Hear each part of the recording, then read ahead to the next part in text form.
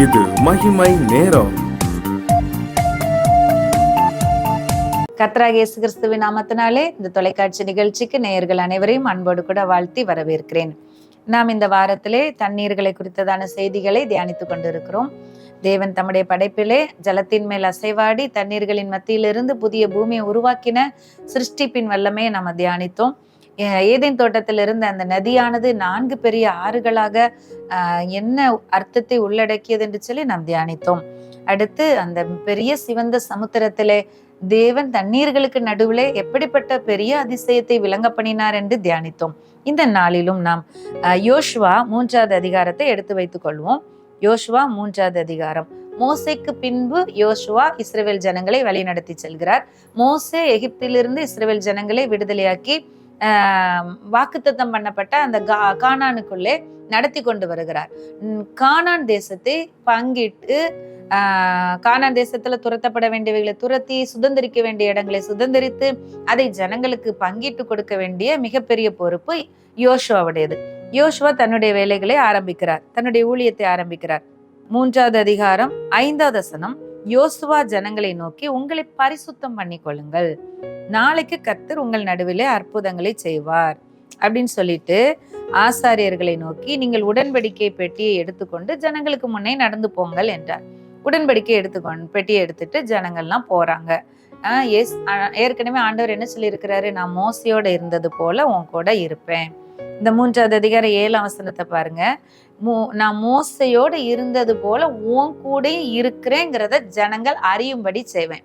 மோசையோடு இருந்ததை எப்படி ஜனங்கள் அறியும்படி செஞ்சாரு?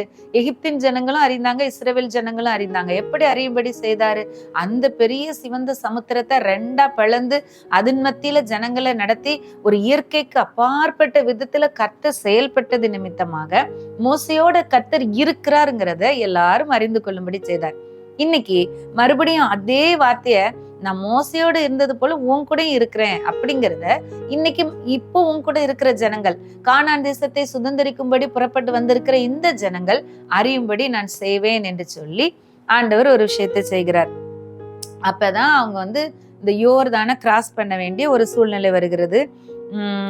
யோர்தான் 15வது வசனம் சொல்லுகிறது, யோர்தான் அறுப்பு காலம் முழுவதும் கரை புரண்டு போம் அப்படின்னு கரபுரண்டு ஓடுகிற பெரிய யோர்தான் நதிய அவங்க கடக்க வேண்டியதா இருக்கிறது.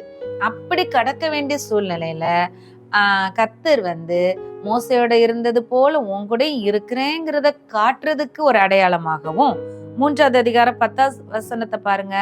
ஜீவனுள்ள தேவன் உங்கள் நடுவே இருக்கிறார் என்பதையும், அவர் கானானியரையும் ஏத்தியரையும் ஏவியரையும் பெர்சியரையும் கிர்காசியரையும் எமோரியரையும் எபூசியரையும் இப்படிப்பட்ட இந்த ஜனக்கூட்டத்தை எல்லாம் உங்களுக்கு முன்பதாக துரத்தி விடுவார் என்பதையும் நீங்கள் அறிந்து கொள்வதற்கு அடையாளமாக. இப்ப நல்லா கவனிங்க, ஆண்டவர் ஒரு அடையாளத்துக்காக இந்த ஜனங்களை இந்த பிரவாகித்து வருகிற யோர்தானுக்கு முன்பதாக நிறுத்துகிறார். பாருங்க, உங்க வாழ்க்கையிலேயே ஆண்டவர் தம்முடைய மகிமைய, தம்முடைய வல்லமைய சுற்றிலும் இருக்கிற ஜனங்களுக்கு வெளிப்படுத்தி காண்பதற்கு ஒரு அடையாளமா உங்களை வைக்கிறதற்காக கூட சில யோர்தான் போன்று பிரவாகித்து வருகிற சூழ்நிலைக்கு முன்பதாக உங்களை நிறுத்தலாம். ஆகவே நம்ம கர்த்தருடைய பிள்ளைகள் ஒரு நாளும் எந்த சூழ்நிலையை கண்டும் பயப்பட வேண்டிய அவசியமே இல்லை.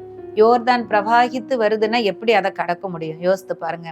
அப்படித்தானே நம்முடைய வாழ்க்கையில சில நேரம் எப்படி இந்த சூழ்நிலையை கடந்து போவோம்னு தெரியாத மாதிரி குழப்பமா இருக்குல்ல. அப்ப நம்ம யோசிப்போம்ல, ஏன் கர்த்தர் என்னை இந்த சூழ்நிலைக்குள்ள கொண்டு விட்டாரு அப்படின்னு சொல்லி.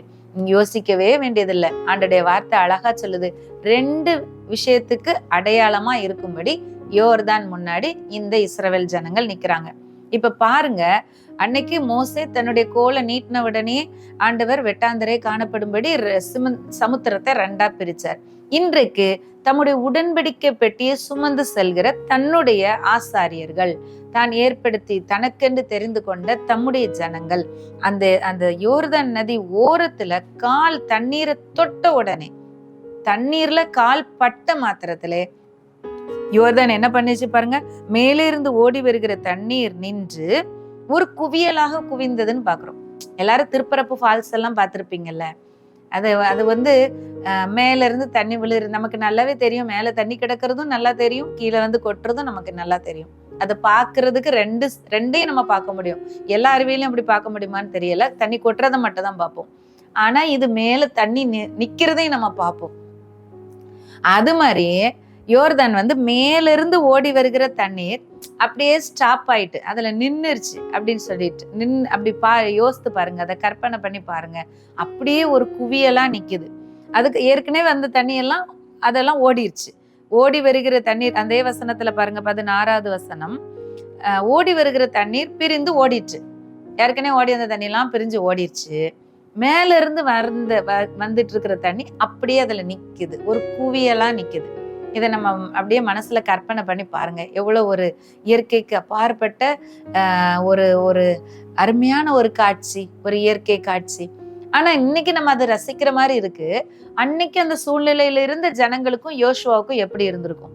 எப்படி நம்ம இதை கடந்து போவோம்? இதுல என்ன நடக்க போகுது? கர்த்தர் எப்படி நடத்த போறார்? ஒண்ணுமே புரியலையே. ஏன் இப்படி யோர்தான் முன்னாடி கொண்டு வந்து விட்டுருக்கிறார்? இந்த யோர்தானை கொஞ்சம் கடந்து நம்மளை கொண்டு போய் விட்டுருக்கலாமே அப்படிங்கறதெல்லாம் நிறைய கேள்விகள் இருந்திருக்கும். நம்ம வாழ்க்கைக்குள்ள நிறைய கேள்விகள் இருக்கு. நிறைய நிறைய விஷயத்துல நிறைய மனதுல கேள்விகள், பயங்கள், பாரங்கள் எல்லாம் நம்ம மனதுக்குள்ள இருக்கிறது. ஆனா எல்லாத்திலையும் ஆண்டவர் இன்னைக்கு சொல்ற ரெண்டு விஷயத்துக்கு அடையாளமா நான் இதை செஞ்சிருக்கேன். ஒண்ணு, நான் உன் கூட இருக்கேங்கிறத சொல்லுவேன். மோசையோட இருந்தாரு, யோசுவாவோட இருந்தாரு. இன்னைக்கு நம்முடைய சூழ்நிலை என்னவோ இந்த சூழ்நிலைகளுக்குள்ளே நம்ம கூட இருக்கிறார். ஒண்ணு, நம்ம கூட இருக்கிறேங்கிறத சொல்றார். இன்னொன்னு, அது வந்து எதற்கு அடையாளம் அப்படின்னா, இனிமேதான் நீங்க பெரிய பெரிய யுத்தங்கள் எல்லாம் செய்ய போறீங்க. இந்த அதிசயத்தை நீங்க பாத்துட்டீங்கன்னா இனிமே நடக்க போறதும் எல்லாம் அதிசயமா நடக்கும்ங்கிறதுக்கு ஒரு அடையாளம். ஆகவே நீங்க வந்து பலவிதமான ஜாதிகளோட யுத்தம் பண்ணி அவங்களெல்லாம் ஜெயிக்க போறீங்க. நிறைய நிலங்களை சுதந்திரிக்க வேண்டியது இருக்கு. அப்ப அந்த யுத்தத்தெல்லாம் பார்த்த உடனே பயந்துட வேண்டியது இல்லை. யோசுவாவோட கர்த்தர் இருக்கிறாருங்கிறத அடையாளப்படுத்துறபடியா இந்த ரெண்டு விஷயத்த ஆண்டவர் வந்து அடையாளமா வச்சு இந்த காரியத்தை நடப்பிக்கிறார்.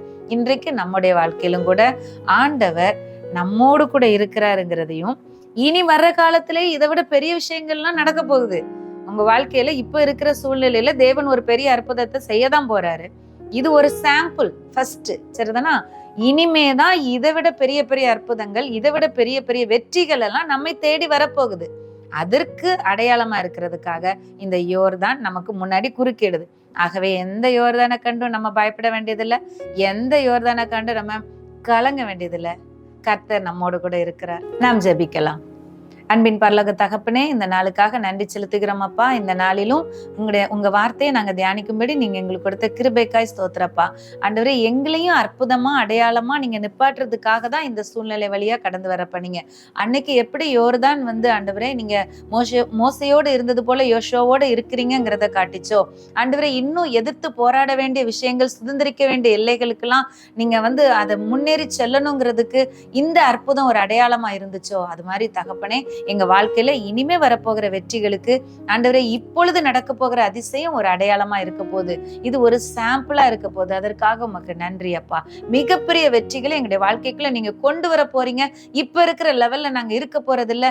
மிகப்பெரிய ஆசீர்வாதங்களை சுதந்திரிக்கிறவர்களாய், பூமியின் உயர்ந்த ஸ்தலங்களிலே குடியிருக்கிறவர்களாய், உன்னதமான ஆண்டவரே அற்புதங்களையும் அடையாளங்களையும் நன்மைகளையும் பெற்றுக்கொள்கிறவர்களாய் நீர் எங்களை ஆசீர்வதிக்கிறதற்காய் நன்றி. உம்முடைய கரத்துல தருகிறோம். நீங்க மகிமைப்படுங்க. இயேசுவின் நாமத்தில் ஜெபிக்கிறோம் நல்ல பிதாவே, ஆமென்.